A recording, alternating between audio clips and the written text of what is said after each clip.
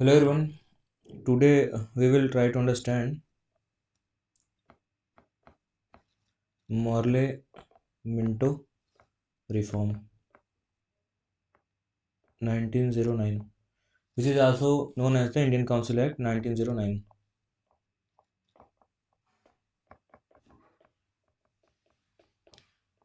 In this lecture, we will try to understand the provisions of this act and then we will try to analyze those provisions. For the background of this act, look the previous lecture. So here we will try to understand provisions of this act and then we will analyze those provisions. So now start with the provisions of Indian Council Act. Size of Imperial Council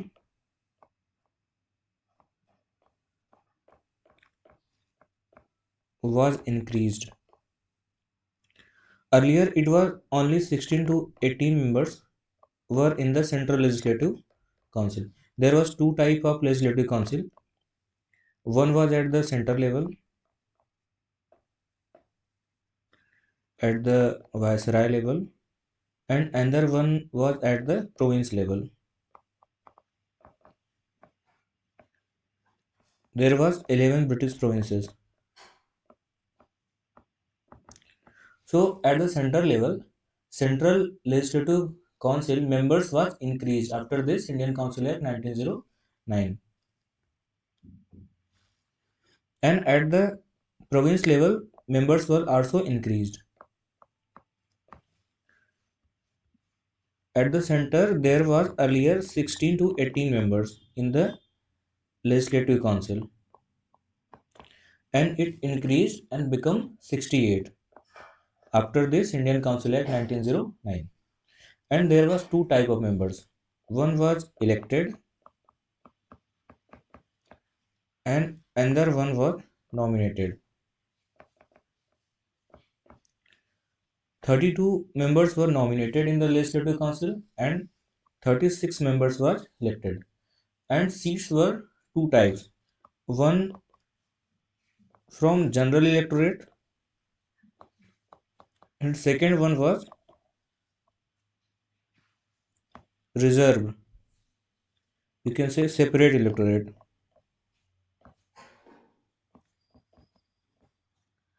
These separate electorate were reserved for particular community, and here these electorate were reserved for Muslim community, Hindu zamindar, according to this Act 1909. Chamber of Commerce, Calcutta and Bombay.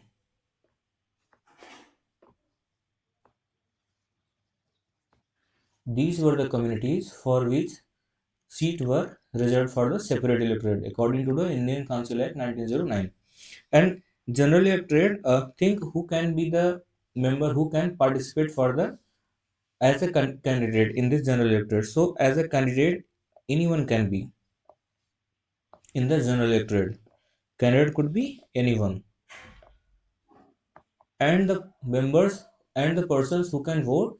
So anyone can vote to the person who is sitting, who is fighting for the election from the general electorate. So in the general electorate, community member can also participate in the general electorate according to Indian Council Act 1909. But in the separate electorate, if a seat is reserved for a particular community, that candidate must be from that community. Let's say a seat is reserved for the Muslim community, then candidate must be from the Muslim community, and the voter will also be the Muslim community from that particular constituency for which that candidate is allotted, for which that candidate is fighting for the elections.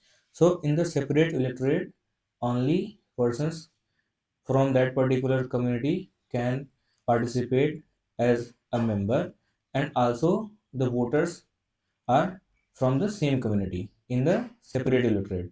In general electorate, anyone can be the candidate and anyone can vote. So these are the things which was introduced in India after the Indian Council Act 1909. Now come under provisions that there was an office, Indian Council Office,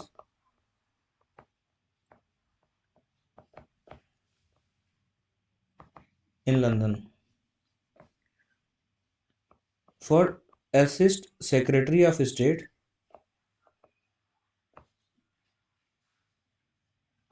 for India. There was an office to assist Secretary of State for India, Indian Council Office. Here, two Indian members were included.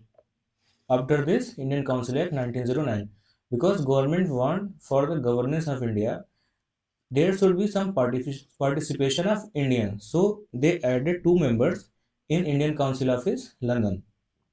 Remember the name K.C. Gupta,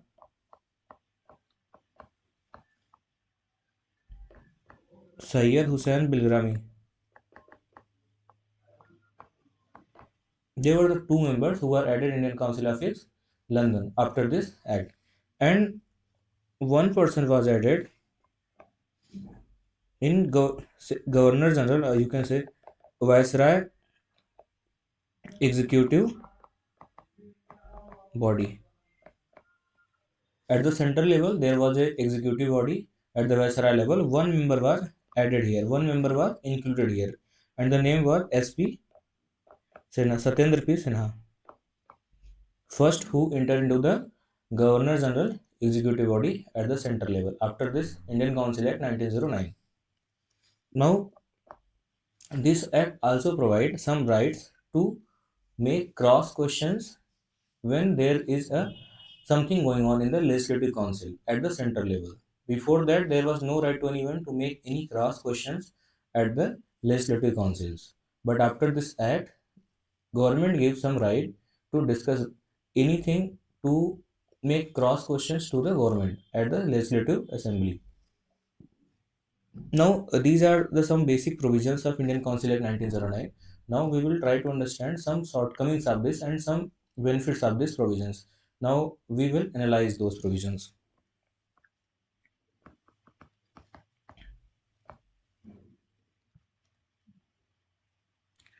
The first thing which provide this act was that this give the opportunity to Indian leader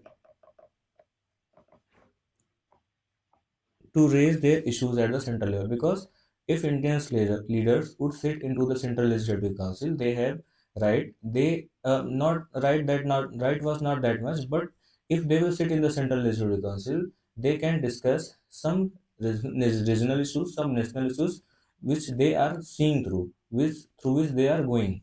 So they this act provide Indian leaders a chance to discuss, to raise their issues at the central level, because they are sitting in the central legislative council. Now, this is the plus point for this act. Now, come to the negative point of this act, that as we had seen that there was 32 nominated member. So, due to nominated members were too high into Central Legislative Council, it is very problematic for a person who is coming through the election to raise their issues, to get something from the government for their issues, because their nominated members in the Central Legislative Council was too high. So this is a shortcoming of this act.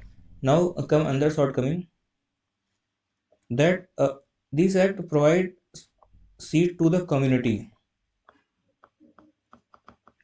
It means a person if coming from a particular community, he will only think about his community. So there is a problem. There is a growth of communalism, if you notice, because a person who is coming from a particular community, it is highly probable that that person is going to think about that particular community. That person is going to raise the issues which is related to that particular community, despite the fact they have to think about all the persons who are coming from their region, but they will think only about their community. So here, after this act, there is a significant growth of communalism.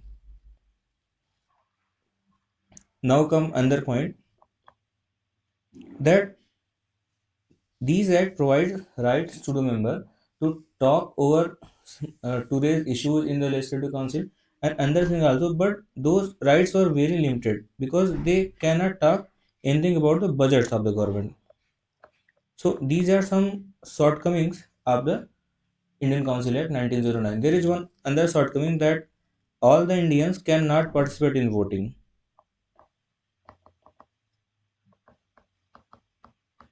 Can't participate in voting because voting rights were very limited, and there was a minimum criteria, there was a minimum educational and economic criteria. If a person satisfies these two criteria, then and only then he can vote. So voting right was very limited according to this act. So these are some shortcomings of this act, and we had seen some provisions of this act. So I hope you are getting what is the Indian Council Act 1909. Go through the lecture, you will be able to get those things. So thank you for watching.